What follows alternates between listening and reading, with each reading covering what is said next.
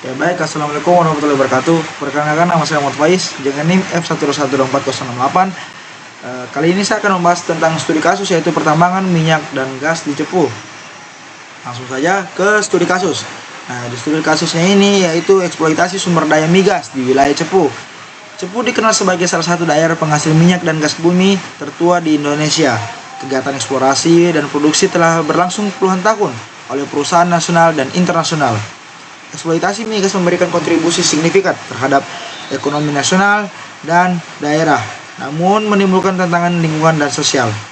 Lokasinya itu bertepatan di perbatasan Kabupaten Blora, Jawa Tengah, Kabupaten Bojonegoro, Jawa Timur. Lanjut ke kronologi kegiatan pertambangan. Pada tahun 2001 hingga 2010, eksplorasi awal pembangunan infrastruktur produksi oleh perusahaan migas. Lanjut ke tahun 2011 hingga 2015, peningkatan produksi minyak mentah dengan pemanfaatan teknologi baru. Terjadi relokasi beberapa desa terdampak. Lanjut ke tahun 2016 hingga 2020, peningkatan tekanan sosial dan tuntutan masyarakat terkait kompensasi lingkungan dan sosial, adanya laporan pencemaran air dan tanah. Lanjut ke tahun 2021 hingga 2025, yaitu implementasi program Corporate Social Responsibility atau CSR, rehabilitasi lingkungan, dan upaya mitigasi risiko bencana lingkungan akibat kegiatan migas. Lanjut ke dampak lingkungan. Di dampak lingkungan ini terbagi menjadi 4, yaitu yang pertama adalah pencemaran air sungai akibat limbah penguburan. Yang kedua ada degradasi lahan dan vegetasi di sekitar area tambang. Yang ketiga, risiko kebakaran dan ledakan akibat gas yang tidak terkendali. Yang keempat, peningkatan emisi gas rumah kaca dari kegiatan produksi dan transportasi. Lanjut ke dampak sosialnya. Di dampak sosial ini yang pertama adalah perubahan mata pencarian masyarakat lokal yang dari pertanian menjadi pekerja sektor migas. Yang kedua adalah relokasi penduduk terdampak dan konflik kepemilikan lahan.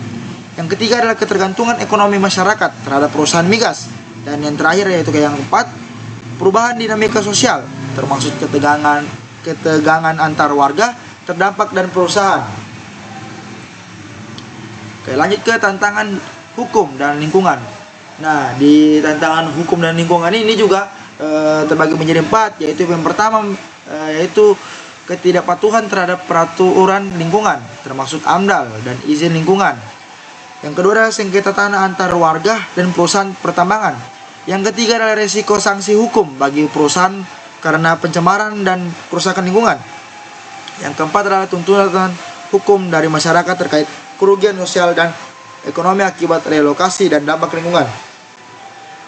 Lanjut ke kajian lingkungan hidup atau KLH. Di KLH ini adalah dia mencakup penilaian risiko lingkungan untuk mencegah bencana ekologis di masa depan, evaluasi efektivitas program CSR terhadap kesejahteraan masyarakat, analisis dampak jangka panjang perubahan ekosistem akibat kegiatan migas, kajian ekonomi sosial untuk menilai keseimbangan antar eksploitasi sumber daya dan keberlanjutan lingkungan. Yang terakhir adalah pemodelan mitigasi emisi karbon dan pengelolaan limbah pada serta cair. Lanjut ke upaya penanganan dan pencegahan. Di upaya penanganan dan pencegahan ini yang pertama adalah penerapan teknologi ramah lingkungan dalam proses pengeboran dan produksi. Yang kedua adalah rehabilitas lahan dan reboisasi di daerah terdampak. Yang ketiga adalah program CSR yang fokus pada pendidikan, kesehatan, dan pemberdayaan ekonomi masyarakat lokal. Yang keempat adalah sosialisasi tata kelola lingkungan dan pelatihan tanggap darurat bagi warga. Yang kelima atau yang terakhir yaitu pemantauan kualitas air, udara, dan tanah secara berkala oleh lembaga independen untuk memastikan kepatuhan terhadap regulasi. Terus ada perundang-undangan yang terkait studi kasus peminyakan dan gas di wilayah Cepu. Yang pertama ada UU nomor 22 tahun 2001 tentang minyak dan gas bumi. Dasar hukumnya itu pengelolaan migas nasional. Negara menguasai sumber daya migas dioperasikan melalui kontrak kerja. bersama. Yang kedua adalah Perpres nomor 95 tahun 2012 tahun tentang SKK Migas, yaitu penetapan SKK Migas sebagai lembaga pengelola dan pengawasan kegiatan usaha hulu migas termasuk blok Cepu. Yang ketiga ada UU nomor 32 tahun 2009 tentang perlindungan dan pengelolaan lingkungan hidup, yaitu mengatur kewajiban AMDAL, pengendalian pencemaran dan pemulihan lingkungan akibat kegiatan migas. Yang keempat ada UU nomor 30 tahun 2007 tentang energi, yaitu menjadi dasar kebijakan energi nasional dan ketahanan energi, termasuk sektor minyak dan gas. Yang kelima atau yang terakhir adalah Peraturan Menteri ESDM, yaitu mengatur teknis kegiatan hulu migas, perizinan, dan pembagian hasil produksi. Kesimpulannya yaitu eksploitasi minyak dan gas di Cepu memberikan dampak ekonomi yang signifikan.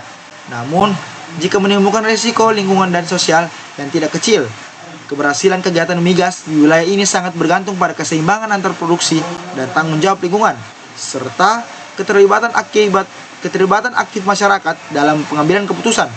Penegakan hukum lingkungan, mitigasi risiko, dan program pemberdayaan masyarakat menjadi kunci agar pertumbuhan ekonomi tidak mengorbankan keberlanjutan ekologis dan sosial.